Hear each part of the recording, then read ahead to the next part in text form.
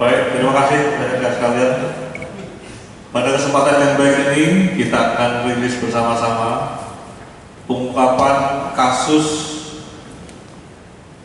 pembunuhan dan pencurian, karena kasus ini satu rangkaian yang notabene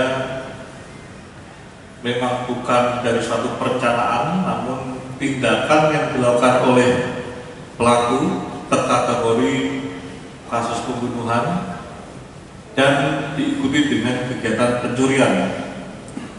Rekan-rekan sekalian yang saya hormati, kemarin pada tanggal 5 Mei tahun 2024, Satuan Reserse Kriminal Polres Palembang bersama unit Reserse Kriminal Polsek Sukarame mendapatkan informasi atas adanya seorang pedagang warung atau tempat penjualan barang kelontong dan makanan anak-anak menjadi korban pembunuhan yang terjadi pada pukul kurang lebih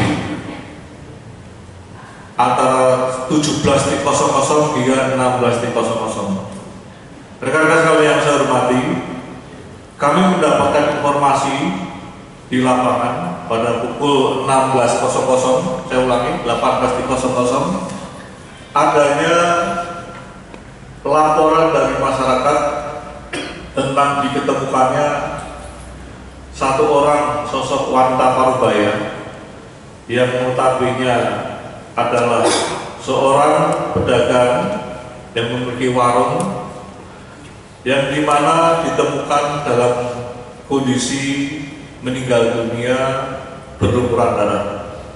Pada awalnya tetangga korban, yaitu saudara Gusti Faisal, mencurigai karena hingga menjelang maghrib warung yang notabene bersebelahan dengan rumahnya, yang terkoneksi dengan rumahnya, dalam kondisi tidak terang, sementara situasi kondisi menjelang maghrib tentunya gelap, yang pada akhirnya saksi mencoba memanggil keberadaan pemilik warung, yaitu saudara Turyati umur 59 tahun. Ketika tidak terjawab, kemudian saudara saksi Gusti Al Faisal mencoba bersama dengan rekan-rekannya memasuki rumahnya untuk mencari tahu keberadaan yang bersangkutan, karena seiring dipanggil tidak menjawab. Kemudian pada saat memasuki kamar daripada korban, dijumpai korban saudara Turyati, ibu rumah tangga, dalam kondisi telah meninggal dunia dan berlumuran darah. Seketika itu warga melaporkan kepada Polsek Sukarame, dan seiring adanya informasi yang ada, unit Reserse Polsek Sukarame bersama dengan Satuan Reserse Kriminal Polres Palembang mendatangi TKP. Tentunya ini menjadikan satu perhatian kita semua, karena pada awalnya kesaksian di lapangan sangat minim, di mana lokasi tersebut memang lokasi pemukiman. Namun pada saat kejadian menjelang maghrib, yang notabene sudah mengarah kepada sepi, sehingga keberadaan pihak-pihak rekan-rekan masyarakat yang mengetahui maupun melihat atas peristiwa tersebut sangat minim. Namun kami mencurigai satu orang, berdasar informasi dari saksi, memang pernah melihat satu orang remaja yang terkategori pelajar sempat duduk di lokasi tersebut, yaitu di warung, sekitaran pukul 14.00 hingga 17.00, yang durasinya cukup lama berada di warung tersebut. Kemudian kami mencoba melakukan mapping atas keterangan saksi yang lain. Demikian juga kami mencoba mendalami pihak-pihak yang lain, tentunya di luar TKP tersebut, untuk mencari tahu orang-orang yang sering nongkrong maupun orang terakhir, satu orang remaja yang diduga berada di tempat tersebut. Dan pada akhirnya kami menemukan satu orang nama yang kita curigai, dan hasil keterangan saksi-saksi yang ada memang benar yang bersangkutan orang yang kita curigai sering mangkal di tempat tersebut. Rekan-rekan sekalian yang saya hormati, atas peristiwa tersebut korban mengalami luka tusukan di leher bagian belakang sebanyak 8 titik. Tentunya ini sangat memilukan, dan setelah kita mendalami kesaksian-kesaksian yang ada, kami mengerucut betul bahwasanya orang yang nongkrong pada pukul 14.00 hingga 17.00 adalah berinisial R. Kemudian kita melakukan pengejaran, mencari tahu keberadaannya, dan pada akhirnya kita berhasil menangkap saudara R. Dan benar yang bersangkutan, begitu kita lakukan konfirmasi, kita interogasi, telah melakukan perbuatan yaitu pembunuhan dan pencurian kepada korban saudari Turyati. Rekan-rekan sekalian yang saya hormati, motif daripada tindak pidana pembunuhan dan pencurian ini berawal dari adanya keinginan tersangka untuk mengutang di warung korban, yaitu mengutang rokok. Rekan-rekan perlu ketahui bersama-sama, tersangka ini sering mangkal di tempat tersebut dan berstatus sebagai pelajar. Namun usianya sudah dewasa, yaitu 18 tahun. Akibat suatu keinginan untuk mengutang rokok di warung tersebut, akhirnya ditolak oleh pihak korban selaku pemilik warung, karena yang bersangkutan masih pelajar yang tentunya tidak bekerja, dikhawatirkan tidak sanggup untuk membayar utang tersebut. Kemudian juga ada perkataan yang berdasarkan keterangan daripada tersangka, katanya menyakitkan. Ini alibi daripada tersangka, namun itu tentunya kita akan buktikan motif-motif yang ada, yang pada akhirnya yang bersangkutan tersangka memberanikan diri untuk melakukan perbuatan yang terkategori kriminal tersebut. Tindakan yang dilakukan oleh tersangka ketika mendapatkan penolakan tersebut, karena seiring waktu yang ada, korban ingin memasuki dalam rumahnya menuju ke tempat kamar mandi.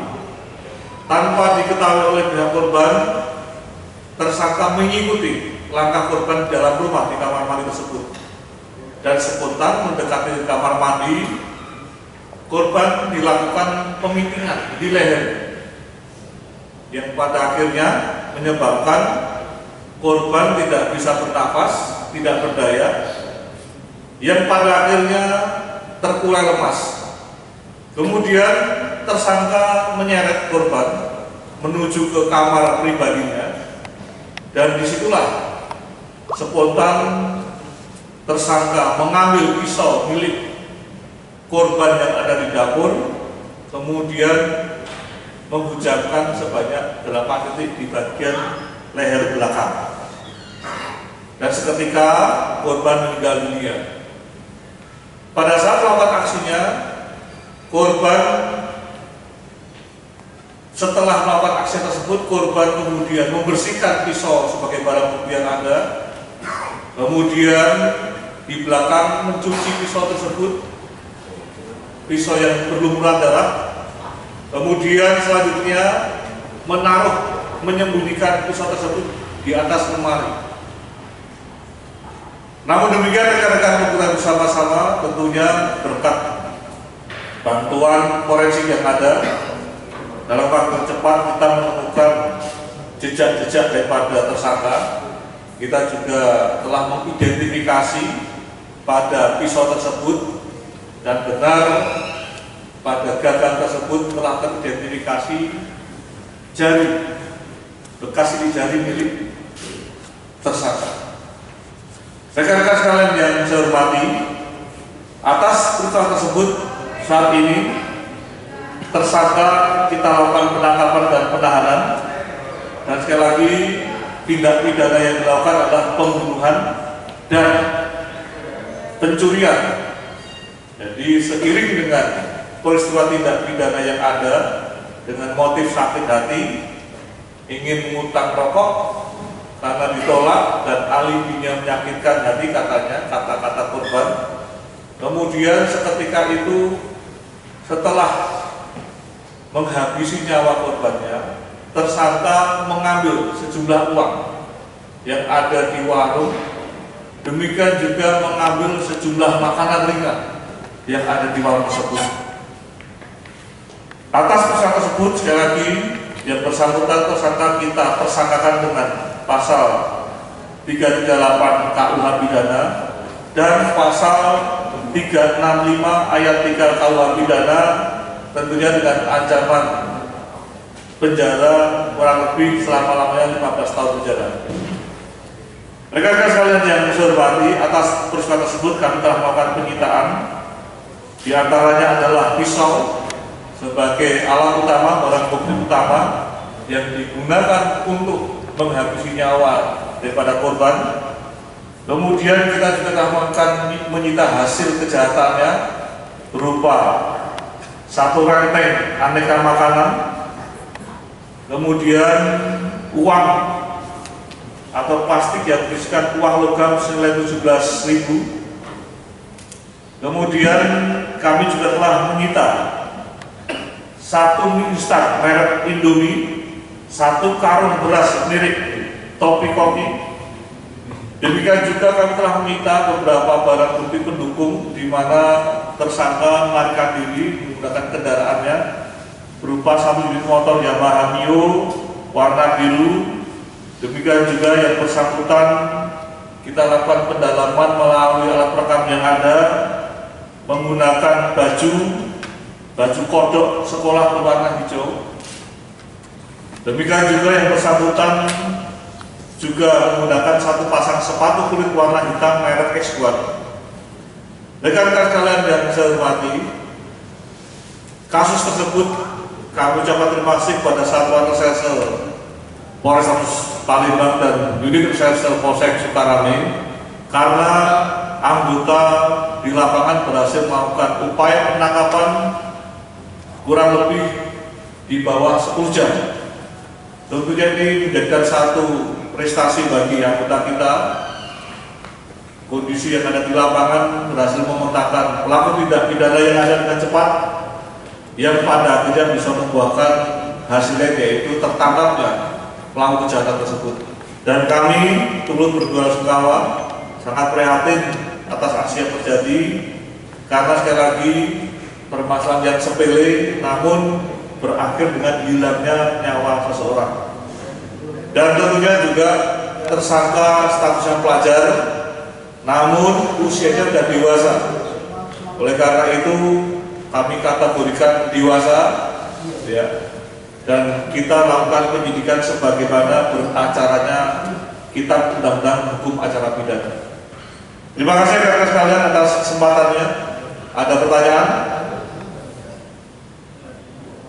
Cukup ya? Oke, terima kasih rekan-rekan sekalian. Saya akhiri Belatul Wijaya. Wassalamualaikum warahmatullahi wabarakatuh. Di atas lemari apa? Lemari dapur. Kenapa kamu mau menyembunyikan pisau? Siapa? Namamu siapa? Siapa? Raja. Kamu tinggal di mana? Apa? Di Jalan Cemara. Kamu masih punya orang tua? Masih. Orang tua tinggal di mana? Di rumah. Tinggal di kamar. Papa di Pekalongan, Mama di rumah. Kamu anak nomor berapa? Dua. Kenapa kamu kok usianya tua, tapi masih kelas berapa? Udah naik 2 tahun. Oh, enggak naik 2 tahun. Sekarang kelas berapa? Masih Pak. Kelas 11. Tapi enggak naik 2 tahun dari usia tua.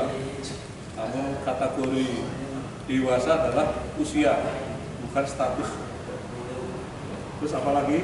Kamu menyesal nggak? Misal Kenapa kamu tiba-tiba muja itu? Sakit hati kenapa? Dikatain apa? miskin. Apakah harus begitu? Kamu nggak berpikiran panjang. Bahwasanya nanti kalau mati itu saya akan ditangkap polisi. Berpikiran nggak kamu? Pikiran Terus kenapa kamu lakukan? gara-gara emosi Pak. Berarti emosi menghilangkan akal sehat, Iya Pak. walaupun nyawanya hilang. Iya. Itu kesimpulannya. Baik. Rekan-rekan sekalian, kita perlu memberikan edukasi pada masyarakat tentang emosi ya, karena sejatinya hal-hal yang kecil jangan sampai berdampak yang fatal, karena sejatinya itu sangat merugikan kita semua. Terima kasih. Cukup ya.